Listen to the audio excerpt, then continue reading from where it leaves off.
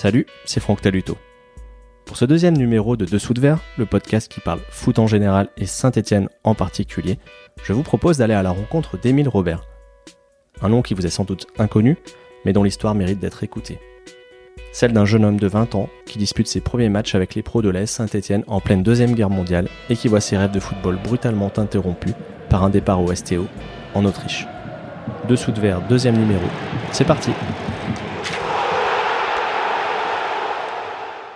Bonjour Émile. Bonjour.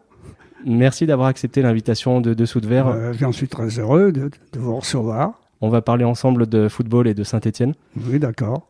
Alors votre nom ne dit peut-être pas grand-chose à toutes les personnes qui vont nous écouter, mais il y en a certaines qui vous ont vu donner un coup d'envoi à Geoffroy Guichard. C'était pour le match ASSE Toulouse au mois d'avril 2019. Oui, c'est ça, oui. Vous étiez invité ce jour-là en tant que doyen des abonnés au stade Geoffroy Guichard, du haut de vos 98 ans. Ce que je ne savais pas à l'époque, je le reconnais, c'est que vous êtes aussi un ancien vert puisque vous avez joué quelques matchs avec l'AS Saint-Étienne. Oui, exactement. J'ai joué le premier match, je suis allé la première fois avec les professionnels en avril 1941. J'aimerais donc qu'ensemble on remonte le temps à travers votre histoire personnelle qui a débuté, si je ne me trompe pas, en Haute-Loire en 1921, c'est ça ? Oui, je suis né en 21. Comment êtes-vous venu au football ? Comment vous avez commencé à pratiquer ce sport ? Vous savez, comme tous les jeunes qui ont envie de jouer au ballon parce qu'ils le voient, ils voient les autres qui jouent. J'ai joué comme ça, j'ai commencé à jouer comme ça sur un prêt, quoi. Que représentait quand vous étiez enfant le foot ? Est-ce que c'était déjà le sport numéro 1 comme ça l'est aujourd'hui ou il y avait concurrence avec d'autres ? Je ne connaissais pas la SS puisqu'ils n'étaient pas pros. À l'époque, ils jouaient, je ne sais pas quelle division, c'était le Casino à ce moment-là. Et il y avait, comme je vous l'explique, il y avait le Saint-Étienne Sporting qui, lui, jouait en honneur du Lyonnais. Et il jouait sur un terrain à Ratarieux. Et c'est un voisin qui m'a emmené. Vous avez donc vécu la naissance de l'AS Saint-Étienne, mais aussi la naissance du stade Geoffroy Guichard ? Écoutez, à ce moment-là, il y avait un terrain, il y avait une petite tribune, il y avait la barrière, et il y avait une piste cyclable autour. Et puis là, j'y allais, j'avais 12 ans, le voisin m'emmenait, on s'appuyait sur la barrière, et puis c'est comme ça que j'ai connu donc la SS. Je me rappelle même de certains joueurs. Il y avait le gardien de but, c'était Henrique. Il y avait deux Anglais, mais qui avaient un nom d'ailleurs, il s'appelait Polak, l'arrière, et puis il y avait un nommé Rewers. Et puis il y avait Boutet, il y avait, je ne sais pas si c'était, moi j'en ai connu, quoi, Stevanovic, Charbit, Polj, Beck, enfin tous ces joueurs, ces grands joueurs, quoi. Et quand les matchs se jouaient, est-ce que c'était déjà un événement dans la ville comme c'est le cas aujourd'hui ? Oui, mais enfin, il n'y avait pas il y avait peut-être 4000, 5000 personnes, hein, pas plus. Avec la rambarde, si, il y avait la tribune en rond-point, la petite tribune en rond-point, mais pas assise, c'était une butte, vous savez, où les gens se mettaient.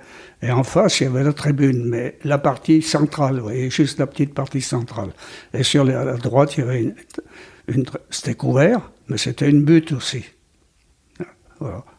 Et puis il y avait la fameuse cheminée, là, qui crachait de la fumée. Voilà. Ça, c'était la période 33, 34, 35, quoi. À quel moment vous avez rejoint l'AS Saint-Étienne ? Et mon père n'a pas voulu que je signe tant que je n'avais pas obtenu mon brevet commercial. Et dès que j'ai eu mon brevet commercial, il m'a dit tu peux signer. Voilà. Et puis c'est comme ça que j'ai démarré à la SS en 1938. Est-ce que c'est quelqu'un qui était venu vous chercher ou... Non, j'y suis allé, puis j'ai signé, quoi. J'ai dit je vais prendre une licence, et puis c'est pour ça qu'on m'a mis à Junior 4, parce qu'ils ne me connaissaient pas. Hein. Et puis là, disons que j'ai gravi les échelons insensiblement. J'ai lu en préparant que vous aviez remporté le concours du jeune footballeur à Saint-Étienne. En 1939. Alors je précise quand même, c'est le concours du jeune footballeur dans la Loire. Parce qu'après, il y avait à Paris. Mais cette année-là, je ne sais pas ce qui s'était produit, ils avaient inversé. Donc il y a deux gars qui sont allés sans s'être qualifiés. C'est le club qui les a envoyés. Puis après, on a fait le concours du jeune footballeur et je l'ai gagné en 1939. Pour ceux qui ne connaîtraient pas, ça consistait en quoi ? Ça consistait à avec la balle, il y avait, comme maintenant ils le font d'ailleurs, des piquets, vous savez. Il fallait passer entre les piquets. Et puis il y avait un petit, comment je dirais, un petit but, mais où il y avait ça d'espace entre le sol et le ballon. Il fallait passer, enfin sous un arceau si vous voulez, passer le ballon, le reprendre derrière, repasser entre les piquets et aller jusqu'au but et puis tirer au but. Alors pied gauche, pied droit, enfin voilà. Et puis après tirer des corners, voilà. Et après il notait.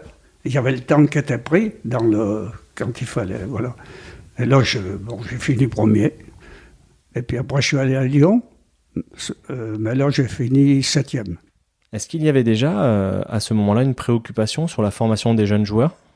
Il n'y a pas de formation. Ça n'existait pas, la formation.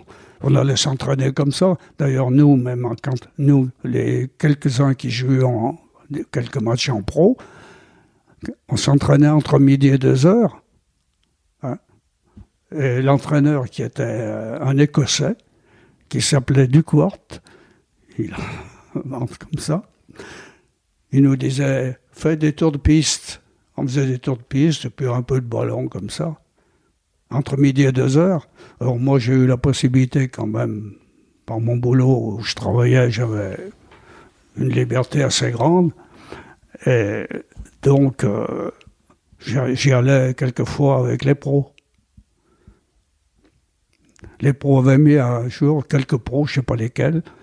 C'était paru dans le journal que j'étais le plus doué de tous les jeunes. Mais j'étais trop timide. Mais que ça viendrait avec le temps. Quand j'ai fini junior, les dirigeants de l'époque, j'étais pas trop costaud, alors ils m'ont dit, tu sais pas, bon, techniquement, je devais être assez bon, mais ils m'ont dit, tu vas faire une année à l'Étivaillère. L'Étivaillère, c'était une annexe de la SS qui jouait en amateur aussi. Et là, je l'ai regretté parce que c'était l'année de la guerre où les pros, il en manquait beaucoup. Parce qu'ils étaient partis à la guerre.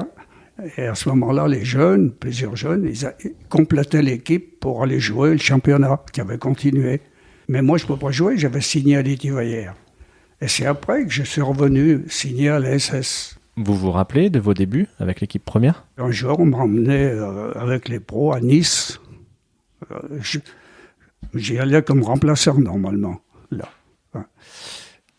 Et j'aurais dû jouer ce jour-là, mais bon, avant le match, parce qu'à cette époque-là, le remplacement ne se faisait qu'avant le coup d'envoi. Après, c'était fini. Si un joueur se blessait ou sortait du terrain, l'équipe jouait à 10. Et là, donc, il y avait, comme je l'ai dit, il y avait deux grands joueurs internationaux, d'ailleurs, un nommé Spelch et S. Et ces deux joueurs, donc du même club, le match avant, à Saint-Étienne, ils s'étaient rentrés tête contre tête et ils étaient KO, tous les deux. Enfin, après, évidemment, la semaine suivante, donc ils partaient à Nice et ils s'entraînent. Bon, le remplaçant, il s'habillait, bien sûr, il se mettait en tenue, au cas où. Et puis, Spelch est venu vers le directeur de l'époque, et il lui dit « je ne peux pas jouer, je ne vois pas clair, faites jouer Robert ». Mais comme le directeur, les jeunes, plus ou moins... Enfin, et alors, il a joué un quart d'heure, et puis il est sorti. Et on a joué à 10. Et donc vous êtes resté sur le banc. Voilà. Et après, j'ai été à Alès, et puis j'ai fait, parce qu'il ne restait que 3 matchs à ce moment-là, à jouer en 41. Et j'ai joué contre Montpellier ici, et là, on avait battu Montpellier 3-1. Là, voilà. Une anecdote. Quand on jouait, là, sur le pré, avec les copains, il y avait un pro de la SS qui avait 3 ans de plus que moi, un très bon joueur, Pasquini, c'est un Savoyard. Pasquini, et il fréquentait une jeune fille dont les fenêtres donnaient sur le pré. Et dès qu'il nous voyait, il descendait. Et il jouait avec nous. Et le plus curieux, c'est que le premier match que j'ai fait, il jouait ailier droit et moi interdroit, contre Montpellier. Quand vous avez fait vos premiers matchs en professionnel. On était en guerre quand même si Saint-Étienne était en zone libre. Oui. Quel était l'état d'esprit des gens, des joueurs? Non, je pense qu'on ne pensait pas à la guerre en ce moment. On pensait plus au jeu, à passer un bon moment, si vous voulez. Hein. Et puis, il y avait une chose, bien sûr, qui gênait un petit peu, les restrictions. Hein. Alors, le casino, donc, il y avait, comme je vous ai dit, le siège était rue de la Monta, et on allait en réunion les mardis, et en même temps, on nous donnait, de temps en temps, un peu de viande, un peu de pâté de foie, un peu de ça, oui. Par contre, en pro, à l'époque, c'était pas en avion, hein, c'était dans des wagons en bois. On mettait un temps fou pour descendre à Nice. Et quand on avait fini le match, les pros comme les amateurs, par exemple, on prenait après le match à Nice, on prenait 1 heure ou 2 après le train, on arrivait à minuit à Lyon, on n'allait pas aux 4 étoiles, hein. On allait dans la salle d'attente, les pros comme les amateurs, hein. On prenait le train du matin, qui partait à 7 heures de Lyon, à peu près. On l'avait baptisé, on l'avait baptisé le Pucier, je ne sais pas pourquoi. Enfin. Et on arrivait à 8 heures à Saint-Étienne. Les pros, ils allaient chez eux. Et nous, on était 4, je crois, amateurs. On appelait amateur fédéral. On allait au boulot.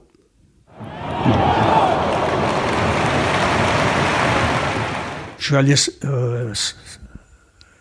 16 fois avec les pros. J'ai joué Montpellier 2 fois, j'ai joué Nice 2 fois, j'ai joué Cannes 2 fois, j'ai joué Alès 7, Clermont, je crois aussi, oui. Voilà. Et puis après, malheureusement, j'ai dû partir déporté en mars 43, au début mars, au STO en Autriche. Pour celles et ceux qui ne savent pas forcément ce qu'était le STO, donc le service du travail obligatoire, si je schématise, on est en pleine Deuxième Guerre mondiale et l'Allemagne nazie réquisitionne, avec la collaboration du gouvernement de Vichy, de très nombreux jeunes Français pour aller travailler là-bas. Alors nous, le STO, on nous avait... Enfin, ça, c'était le gouvernement de Vichy qui, avec les Allemands, avait décidé, soi-disant, enfin, ils avaient dit que chaque travailleur partirait, il y aurait un prisonnier qui reviendrait. Mais bon, les Allemands ont dû refuser, je suppose, parce qu'il y en a qui sont revenus. Et moi, je suis resté 26 mois quand même. Vous étiez dans quelle zone? En Autriche? Enfin, il n'y a pas que moi, il y avait Fuchs, qui jouait aussi. Le Fuchs, il est mort l'année dernière, là. C'était mon meilleur copain, d'ailleurs. Et alors, lui, il était parti aussi. Il y avait même le fils d'un gros du casino qui était parti aussi. Enfin, on était nombreux. Hein. Et le premier jour, on a débarqué un soir, ça s'appelle Vorg. On a couché dans des baraques. Et le lendemain soir, à 9h du soir, on nous a emmenés à 2000 mètres d'altitude pour construire les 2 plus grands barrages d'Europe, hein, qui sont d'ailleurs, je les ai vus après. Hein. Mais là, on est resté seulement 3 mois. Parce que je vous raconte, hein, le premier jour, vous voyez, j'ai 98 ans, et bien le premier jour, j'aurais pu être mort, à 50 cm près. Hein. Comme quoi la vie... Hein. Qu'est-ce qui s'est passé? Oui, parce qu'on était 8, quand on nous avait donné des pelles, des pioches, vous voyez, parce que, pour faire du terrassement, enfin.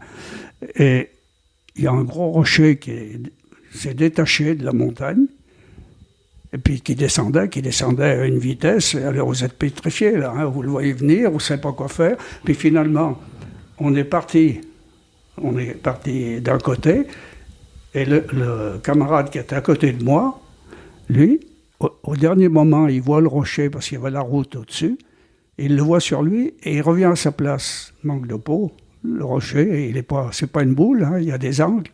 Il est tombé sur lui, et il lui a cassé la colonne vertébrale, et il est mort dans la nuit. On a à l'hôpital de Zellamsee, là. Voilà. Comme quoi, vous voyez, ça... Hein. Et puis après, là, on est resté que 3 mois, parce qu'ils se sont rendus compte qu'on n'était pas fait pour la pelle et la pioche. Il y avait des instituteurs, il y avait beaucoup d'employés, de bureaux, tout ça. Alors, et puis, mais ils nous ont dispatchés, si vous voulez. Moi, mon copain Fuchs, lui, il a atterri à Salzbourg.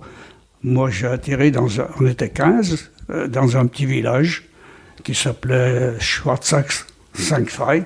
Enfin, Schwarzach, le bas, et Sankt-Veit, c'était en haut. Et là, on était dans une entreprise qui montait les pylônes à haute tension, vous savez. Et il y avait, parmi les 15, il y avait un moniteur d'éducation physique et qui servait d'interprète, il parlait allemand. Il était de Saint-Chamond. Alors il me dit que moi je suis au foot, on avait sympathisé. Il me dit, si tu veux, il y a une place à prendre au garage. Le garage, donc, c'était un garagiste qui était employé par la maison, quoi. Mais je lui dis, moi, qu'est-ce que tu veux que j'aille faire? Je ne sais même pas démonter mon vélo. Oh, il me dit, tu verras bien, tu reviendras si ça ne fait pas. On était 3, alors j'y suis allé, on est arrivé, c'était un atelier en quelque sorte, mais qui travaillait pour la firme. Devant, il y avait un grand hôtel, devant ce garage, d'ailleurs, qui existe toujours. Et puis, le garagiste, là, il était blessé de guerre, je crois. Il avait peut-être 10-12 ans de plus que nous. Hein. Alors, j'ai essayé, avec le peu de mots que je savais, de lui faire comprendre que je ne connaissais rien. Alors, il m'a dit, ça fait rien, vous démontez, et moi, je remonte. Et puis après, je dois vous dire que j'ai dû coller je ne sais pas combien de rustines sur les chambres à air. C'est à l'époque, on collait les rustines, les chambres à air, il fallait les râper avec une râpe, et puis après on mettait la colle, et puis on collait pour boucher les trous, quoi. Et puis, je ne sais pas, quand on lui téléphonait, pour une bétonneuse qui était en panne, dans la montagne, alors, après j'ai compris qu'il était en combinaison avec le contremaître. Alors il me disait, Émile, viens, en allemand bien sûr, et prenait la grosse moto, moi je prenais la trousse à outils en bandoulière, et on montait dans la montagne. Il arrivait, il regardait, il soufflait dans le gicleur, ça marchait. Puis après il me disait, Schaffen, en allemand, on va faire un petit sommeil. Bon, j'ai compris après qu'il marquait certainement son heure, ce qui passait. Voilà. Et là, je suis resté, je ne sais plus, on est resté combien là 6 mois, 8 mois à peu près. Puis après, on a été déplacé encore. Alors, un autre bled à Bad Gastein, c'est une ville d'eau, mais là, on est resté pratiquement sans rien faire. Puis après, on nous a passé de l'autre côté, à Malnitz. C'est du côté versant italien, si vous voulez, oui. Et puis c'est là qu'après, et là j'ai peint, je ne sais pas, au moins 40 km de pylônes. Au Minium, vous savez. Alors on était 4 là. On avait un char à bras, où on mettait les pots de peinture, les pinceaux, la ceinture pour s'attacher, et on montait au pylône et on les peignait. Alors, on s'était fait des masques parce que l'aluminium, c'est pas très bon. Voilà. Alors, on partait le matin du camp, en train, et puis après, on remontait. Donc, on a fait tous les pylônes là, de la vallée de Bad Gastein, voilà. Et puis après, on est parti. Quand on a vu les Américains, à ce moment-là, on a dit, allez, on ne va pas attendre. On a pris un petit sac à dos et on a trouvé un Américain avec un camion. Il transportait des plaques en fer pour mettre les ponts, vous savez, pour passer les temps. Quand les ponts étaient détruits, il faisait un pont. Il nous a promenés pendant toute la journée et il nous a ramenés au même endroit. Alors, on a été couchés dans les wagons, parce qu'on n'avait pas retourné au camp. Et puis, on en a retrouvé un autre le lendemain qui nous a emmenés à Ulm. oui, Ulm. Là. Et puis à Ulm, là, il y avait un camp, justement, où ils récupéraient tous aussi bien les déportés, vous savez, les déportés qui étaient, enfin, les camps de concentration, quoi. Et puis là, après, on nous a passé au DDT, et on a pris un train pour entrer en France, mais c'était des wagons, pas des wagons, c'était des plats. Et ils roulaient, je sais pas, 10 à l'heure, 15 à l'heure, parce qu'il n'y avait plus de signalisation, il n'y avait plus rien. Hein. On a mis 13 jours pour rentrer. Alors, c'est vous dire. Et vous êtes revenu sur Saint-Étienne tout de suite ? Si, je suis venu chez moi, chez mes parents, à ce moment-là. Aujourd'hui, on a peut-être du mal à se rendre compte parce qu'il existe Internet, les téléphones portables. Mais pendant ces 2 années, comment est-ce que vous avez fait pour rester en contact avec vos proches ? Le seul contact qu'on avait, c'était la gentillesse des prisonniers, qui, eux, étaient autorisés à écrire, je crois, 1 fois ou 2 fois par mois. Ils avaient une lettre, et qu'ils transmettaient après. Alors, ils nous en faisaient passer une, et nous, on leur la remettait, et c'est eux qui envoyaient la lettre. Voilà. Qu'est-ce que vous leur racontiez à vos proches ? C'était difficile à vivre, cet exil ? Oh, c'est quand on a 20 ans, après, on s'habitue. Hein. Puis on était entre copains, finalement. Hein. Non. La seule chose, moi, j'ai eu la chance d'être là, de ne pas travailler véritablement péniblement, quoi, vous voyez. Mais il y en a ceux qui travaillaient, bien sûr, il y en avait qui c'était pénible. Mais enfin, là, nous, on n'était pas embêtés, hein, de toute façon. Vous aviez été prévenu que vous alliez partir au STO ou c'est arrivé d'un coup d'un coup. On nous a convoqués. Parce qu'il y avait des bureaux allemands à Saint-Étienne à ce moment-là. Il y avait un bureau allemand, puisque Fuchs, lui, par exemple, il est revenu. Je vous raconte tout. Un jour, j'ai reçu un avis de la commandanture comme quoi mon père était décédé. Mais je savais que c'était pas vrai. Hein. Et c'est le beau-père d'un de mes amis qui avait fabriqué des tampons, vous savez, dans une pomme de terre, hein, pour faire des tampons correspondant à ceux hein. Et alors, j'ai reçu donc ces avis, j'ai été voir le directeur de la firme où je travaillais. Alors il m'a dit, Monsieur Robert, je veux bien vous accorder votre permission, mais quand votre copain Guillet sera revenu, parce qu'il y en a un qui était parti avant moi, mais qui avait oublié de revenir. Il était instituteur, lui, à Roche-la-Molière, il habitait. Bon, alors il me dit, mais bon, à 20 ans, on ne pense pas. Il me dit, si vous voulez, allez, en allemand, c'est l'Arbeitsamt, c'est-à-dire l'Office du travail, à Salzbourg. On était à peu près à 40 km, nous, de Salzbourg. J'ai pris mon train. Quand j'ai débarqué à Salzbourg, qui vois-je ? Mais juste le wagon, hein. Fuchs. Alors il me dit, mais qu'est-ce que tu fais ? Je lui dis, et toi ? Il me dit, moi je pars à Saint-Étienne. Parce que sa mère était malade, mais c'était vrai, hein, lui. Je lui dis, moi je vais essayer, si je peux partir. Alors il dit, j'irai voir tes parents. Et je leur dirai que tu seras là dans 4-5 jours. Je suis resté 20 mois plus.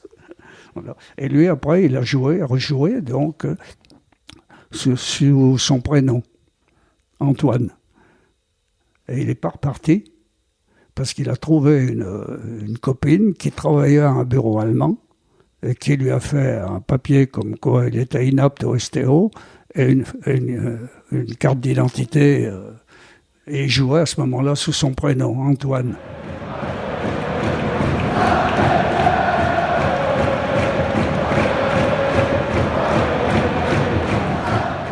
Vous, quand vous êtes revenu, est-ce que vous avez essayé de reprendre on va appeler ça votre carrière ? Moi, j'ai repris Oui, alors j'ai rejoué, si vous voulez. J'ai rejoué 1 an encore à la SS en amateur, mais le football avait évolué, hein, aussi.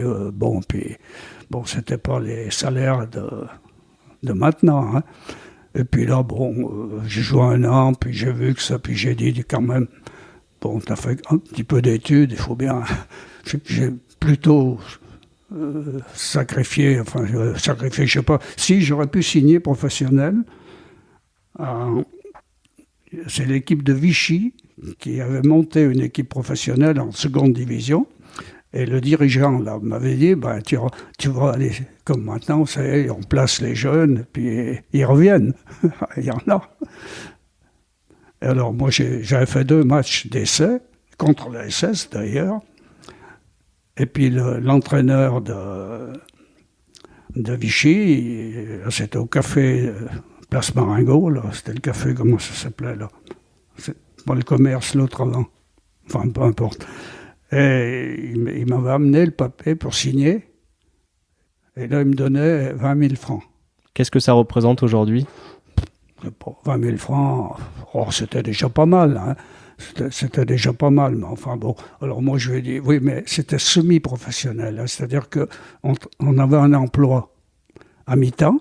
Et le reste du temps, on s'entraînait et on jouait. Alors moi je lui ai dit, vous ne m'avez pas trouvé d'emploi. J'étais comptable.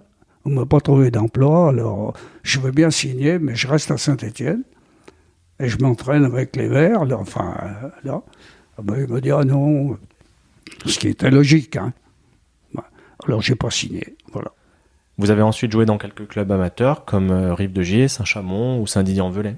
Et puis finalement, j'ai joué aux anciens du sport, mais là on jouait comme ça le dimanche matin, vous voyez.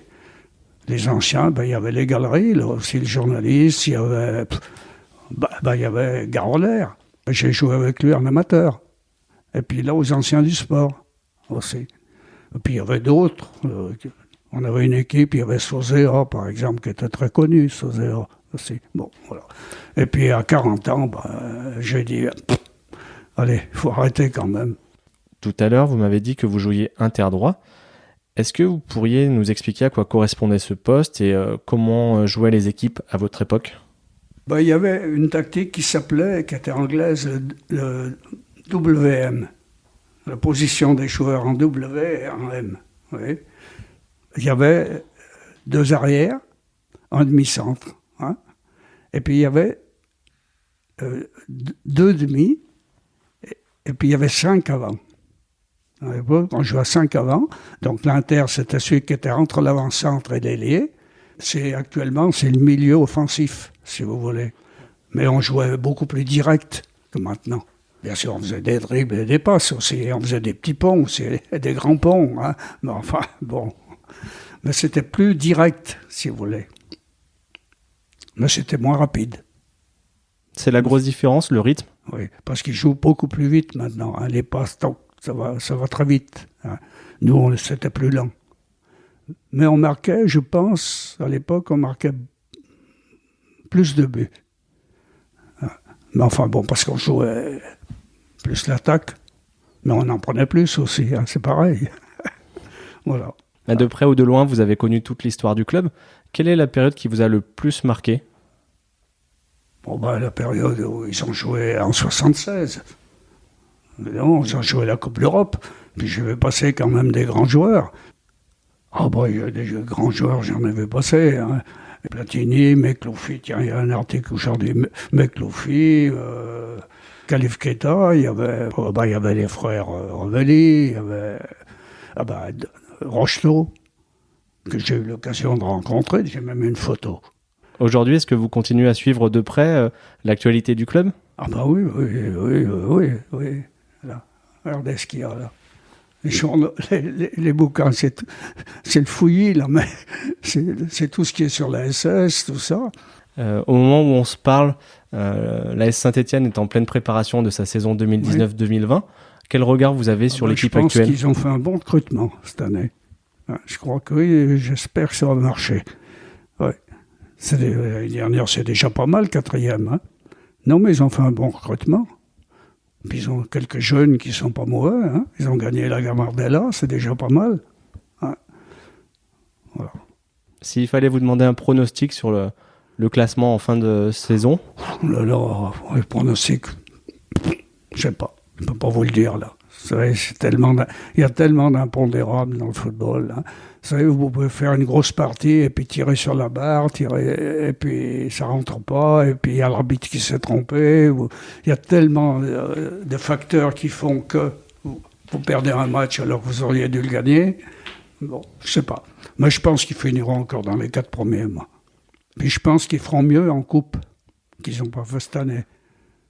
Non, mais il y a une bonne équipe, là, moi je trouve. Cette année, puis il y a des jeunes qui sont bons derrière. Il faudra bien les faire jouer aussi.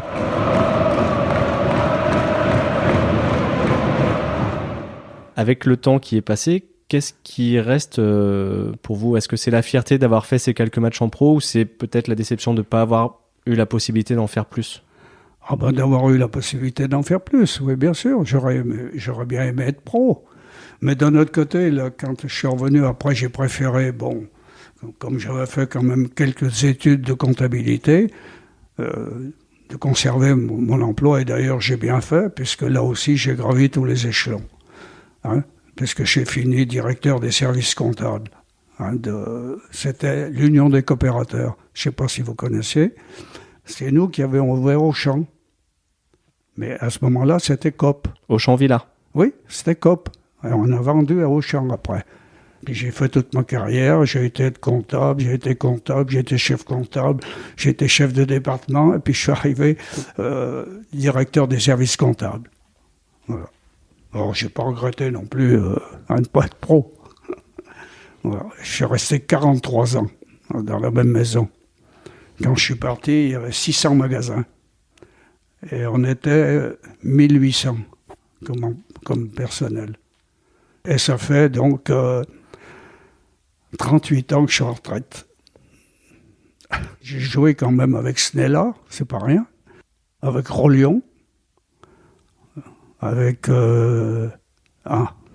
qui a été 11 fois international, le gardien de but, Lians.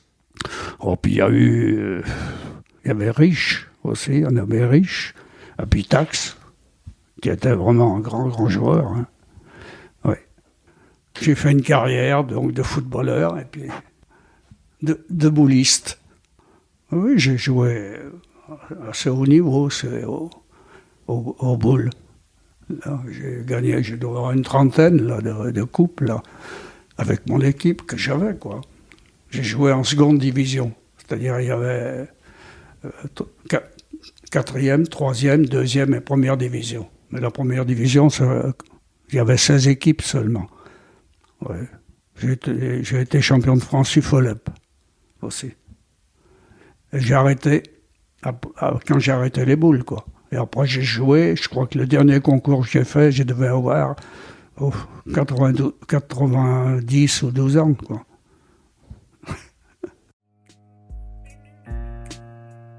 Un grand merci à Émile pour sa gentillesse et à vous d'avoir écouté ce 2e numéro de Dessous de Verre. Ça vous a plu ?